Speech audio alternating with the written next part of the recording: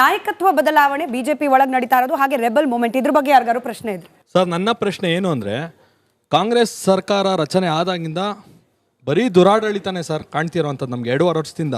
ನಿಮ್ಮಂಥ ನಾಯಕರು ನಮಗೆ ತುಂಬ ಅವಶ್ಯಕತೆ ಇದೆ. ನಿಮ್ಮಂಥ ನಾಯಕರು ನಮ್ಮ ಜೊತೆಗೆ ನಮ್ಮಂಥ ಕಾರ್ಯಕರ್ತರನ್ನು ತಗೊಂಡು ದೊಡ್ಡ ಮಟ್ಟದಲ್ಲಿ ಕೇಂದ್ರ ನಾಯಕರ ಹತ್ರ ಆಗಲಿ ರಾಜ್ಯದ ನಾಯಕರ ಹತ್ರ ಆಗಲಿ ಕೂತ್ಕೊಂಡು ಮಾತಾಡಿ ನಮ್ಮಂಥ ಕಾರ್ಯಕರ್ತರನ್ನ ಜೊತೆಗೆ ತಗೊಂಡು ದೊಡ್ಡ ಮಟ್ಟದಲ್ಲಿ ಹೋರಾಟ ಮಾಡಿ ಜನಸಾಮಾನ್ಯರಿಗೆ ಕಾಂಗ್ರೆಸ್ಸಿನ ಅನ್ಯಾಯ ಏನಾಗ್ತಿದೆ ಅದೆಲ್ಲ ತಲುಪಿಸ್ಬೋದಲ್ಲ ಸರ್? ನಾನು 100ಕ್ಕೆ 100 ಅವರ ಜೊತೆಗಿದ್ದೀನಿ. ಇಲ್ಲ ಅಂದರೆ ವಕ್ಫ್ ಕಾನೂನು ಆಗ್ತಿರ್ಲಿಲ್ಲ, ವಾಲ್ಮೀಕಿದ ಆಗ್ತಿರ್ಲಿಲ್ಲ, ನುಸುಳುಕೋರದ್ದು ಆಗ್ತಿರ್ಲಿಲ್ಲ.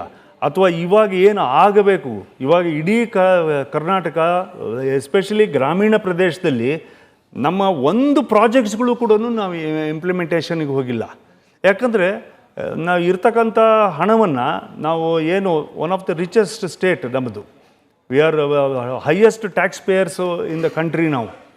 ನಾವು ಇವಾಗ ಪರಿಸ್ಥಿತಿ ಹೇಗೆ ಹೋಗಿದೆ ಅಂದರೆ, ನಾವು 5 ಗ್ಯಾರಂಟೀಸನ್ನು ಕೊಟ್ಟಿದ್ದೀವಿ, ಅದ್ರ ಮೇಲೆ ನಾವು 60-65 ಸಾವಿರ ಕೋಟಿನ ನಾವು ಅಲ್ಲಿ ಖರ್ಚು ಮಾಡ್ತಾಯಿದ್ದೀವಿ ಅಂತೇಳಿ.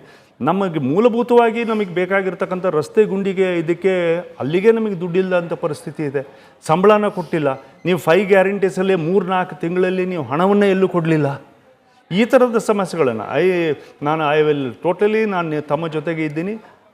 ನಾವು ನಮ್ಮ ಹೋರಾಟವನ್ನು ಇನ್ನೂ ಮುಂದುವರ್ಸ್ಕೊಂಡು ಹೋಗ್ತೀನಿ. ಕಾರ್ಯಕರ್ತರ ಭಾವನೆಗಳನ್ನು ನಾವು ಈಗಾಗಲೇ ಅದನ್ನು ಮುಟ್ಟಿದ ಪ್ರಯತ್ನ ಮಾಡಿದ್ದೀವಿ. ಹೃದಯ ಪ್ರಶ್ನೆ ಇನ್ನೂ ಪ್ರಿಸೈಸ್ ಆಗಿ ಕೇಳ್ತೀನಿ ಸರ್. ಅನೇಕ ಹೋರಾಟಗಳಾಯಿತು, ಮೂಡ ನೀವು ಹೋಗ್ಲಿಲ್ಲ, ಅವ್ರು ಹೋದ್ರು, ಲಾಜಿಕಲ್ ಎಂಡ್ಗೆ ಹೋಗ್ಲಿಲ್ಲ. ವಾಲ್ಮೀಕಿ ಮಾಡ್ತೀವಿ ಅಂತ ನೀವು ಡಿಸೈಡ್ ಮಾಡಿದ್ರಿ, ಅವ್ರು ಬಿಡ್ಲಿಲ್ಲ.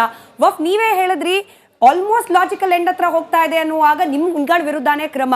ಅಲ್ಲಿಗೆ ಈ ಆಂತರಿಕ ಸಂಘರ್ಷದಿಂದಾಗಿ ಆಗ್ತಿರುವ ಪ್ರತಿಭಟನೆಗಳು ಲಾಜಿಕಲ್ ಎಂಡ್ಗೆ ಹೋಗದೆ ಕಾರ್ಯಕರ್ತರ ಶ್ರಮ ವ್ಯರ್ಥ ಆಗ್ತಿದೆ ಅಂತ ಹೇಳಿ. ಇನ್ನೂ ಕಾರ್ಯಕರ್ತರ ಶ್ರಮ ಇದಾಗಲಿಲ್ಲ. ಕಾರ್ಯಕರ್ತರ ಶ್ರಮ ಆಗಲಿಲ್ಲ ಅಂದರೆ ವಕ್ಫ್ ಬೋರ್ಡ್ದು ಪಾರ್ಲಿಮೆಂಟಲ್ಲಿ ಹಿಂಗೆ ಪಾಸ್ ಆಗ್ತಿತ್ತು?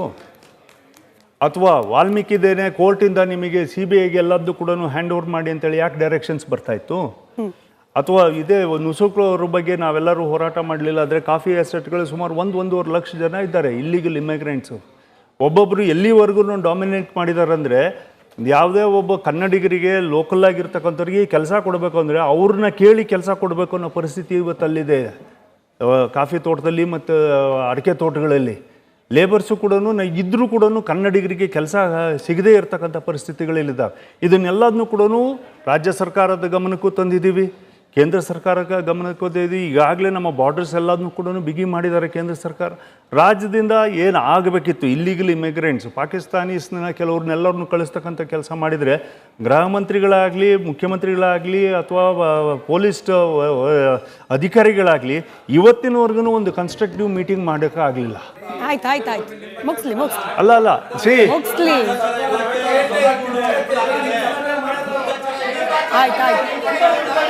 ಮುಗಿಸ್ಲಿ. ಪ್ರಶ್ನೆ ಪ್ರಶ್ನೆ ಪ್ರಶ್ನೆ ಪ್ರಶ್ನೆ ಆಯ್ತು. ಪ್ರಶ್ನೆ ಮೈಕ್ ಬಂದಾಗ ಪ್ರಶ್ನೆ ಇಲ್ಲ. ಪ್ರಶ್ನೆ ಸರ್ ನಮಸ್ಕಾರ.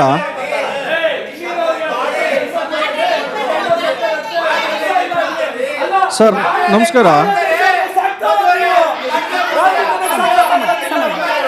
ಸಮಾಧಾನ ಸಮಾಧಾನ. ನಾನು ಭಾಳ ಸ್ಪಷ್ಟವಾಗಿ ಹೇಳಿದೆ, ಯಾವುದೇ ಸರ್ಕಾರವನ್ನು ಇಟ್ಕೊಂಡು ನಾನು ಮಾತನಾಡಲಿಲ್ಲ.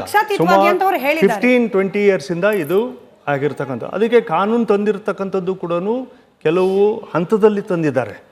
ಇದನ್ನು ಯಾವುದೇ ಈ 5 ವರ್ಷಕ್ಕೆ 10 ವರ್ಷಕ್ಕೆ 15 ವರ್ಷಕ್ಕೆ ಅಂತೇಳಿ ಕಾನೂನು ಮಾಡಿಲ್ಲ. 1947 ಆಗಿರ್ತಕ್ಕಂಥ ಬದಲಾವಣೆಯನ್ನು 1971ವರೆಗೂ ಏನೂ ಆಗಲಿಲ್ಲ. ಯಾವುದು ಪಾಕಿಸ್ತಾನ ಆ್ಯಂಡ್ ಭಾರತ ಯುದ್ಧ ಆದಮೇಲೆ ಬಾಂಗ್ಲಾದೇಶನ ಇಂಡಿಪೆಂಡೆಂಟ್ ಒಂದು ದೇಶವನ್ನಾಗಿ ಮಾಡಿದ್ದು ಭಾರತನೇ. ಹಾಗಾಗಿ ನಮ್ಮಿಂದನೇ ಅವರು ಅನೇಕ ಸವಲತ್ತುಗಳನ್ನು ಪಡ್ಕೊಂಡಿದ್ದಾರೆ. ಇವತ್ತು ಅವರಿಂದ ನಮ್ಮ ಅನೇಕ ರಾಜ್ಯಗಳಲ್ಲಿ ನಮ್ಮ ಲೇಬರ್ಸ್ ಆಗಿದ್ದಾರೆ, ಕೆಲವರೆಲ್ಲರೂ ಬೇರೆ ಬೇರೆ ಕೆಲಸದಲ್ಲಿದ್ದಾರೆ.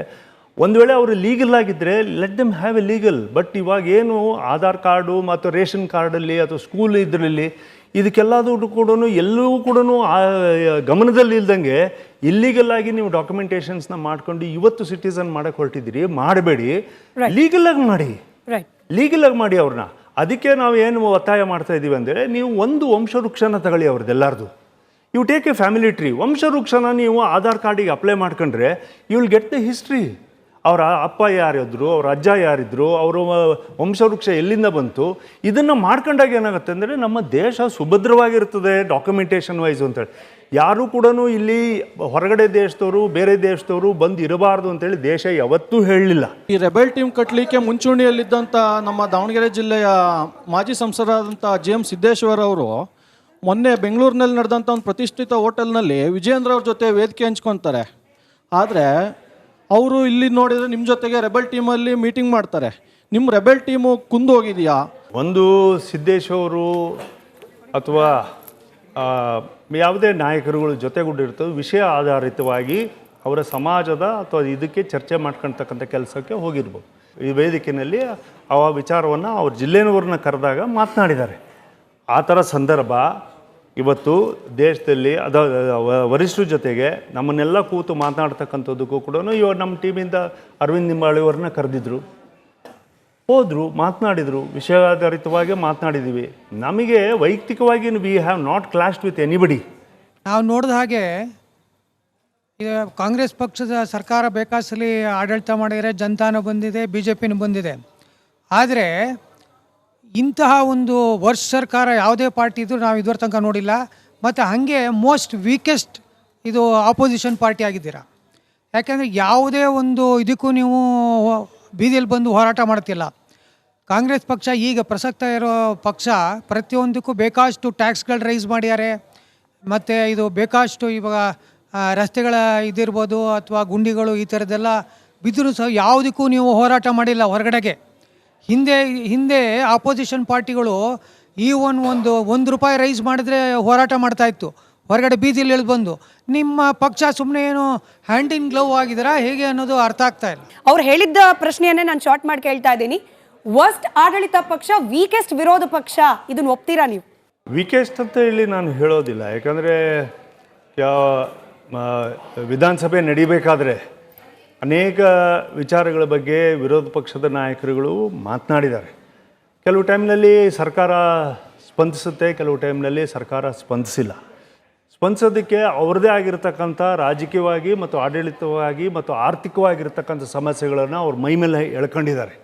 ಹಾಗಾಗಿ ವಿರೋಧ ಪಕ್ಷಗಳ ಮಾತುಗಳನ್ನು ಅವರು ಕೇಳದೇ ಇರತಕ್ಕಂಥ ಅಥವಾ ಅದನ್ನು ಪಾಲನೆ ಮಾಡ್ತಕ್ಕಂಥ ಪರಿಸ್ಥಿತಿನಲ್ಲಿ ಆಡಳಿತ ಪಕ್ಷ ಇರೋದರಿಂದ ಆಡಳಿತ ಪಕ್ಷದ ತಪ್ಪೇ ಜಾಸ್ತಿ ಆಗುತ್ತೆ ಹೊರತು ಪ್ರತಿಪಕ್ಷವಾಗಿ ನಾವು ಹೇಗಾಗುತ್ತಂದರೆ you have your say, I have my way ಅಂತ ಹೇಳಿಬಿಟ್ಟು ಆಡಳಿತ ಪಕ್ಷ ಹೋಗುತ್ತೆ.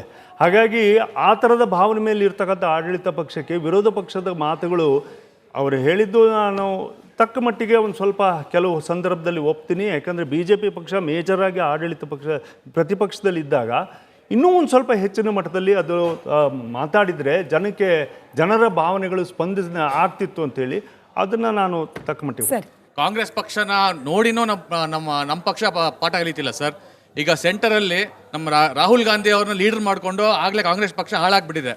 ಈಗ ನಮ್ಮ ಸ್ಟೇಟಲ್ಲೂ ಅದೇ ತರ ಮಾಡಿದ್ರೆ ಸ್ಟೇಟಲ್ಲೂ ನಮ್ಮ ಪಕ್ಷ ಹಾಳಾಗುತ್ತೆ. ಅಲ್ಲ, ನೀವೇನು ರಾಹುಲ್ ಗಾಂಧಿ ಅವ್ರನ್ನ ವಿಜೇಂದ್ರ ಅವ್ರನ್ನ ಕಂಪೇರ್ ಮಾಡ್ತಿದ್ದೀರಾ? ಅಲ್ಲ, ಹೇಳ್ತಾ ಇರೋದು ಮೇಡಮ್, ಅದಕ್ಕೆ ಕೇಸ್ ಸ್ಟಡಿ ಅದು ನ್ಯಾಷನಲ್ ಲೆವೆಲ್ ಆಗಿದೆ, ಸ್ಟೇಟ್ ಲೆವೆಲ್ ಆಗಿದೆ. ಬಟ್ ಪಕ್ಷ ಹಾಳಾಗಿದೆ. ನ್ಯಾಷನಲ್ ಲೆವೆಲಲ್ಲಿ ಕಾಂಗ್ರೆಸ್ ಪಕ್ಷ ಹಾಳಾಗಿದೆ.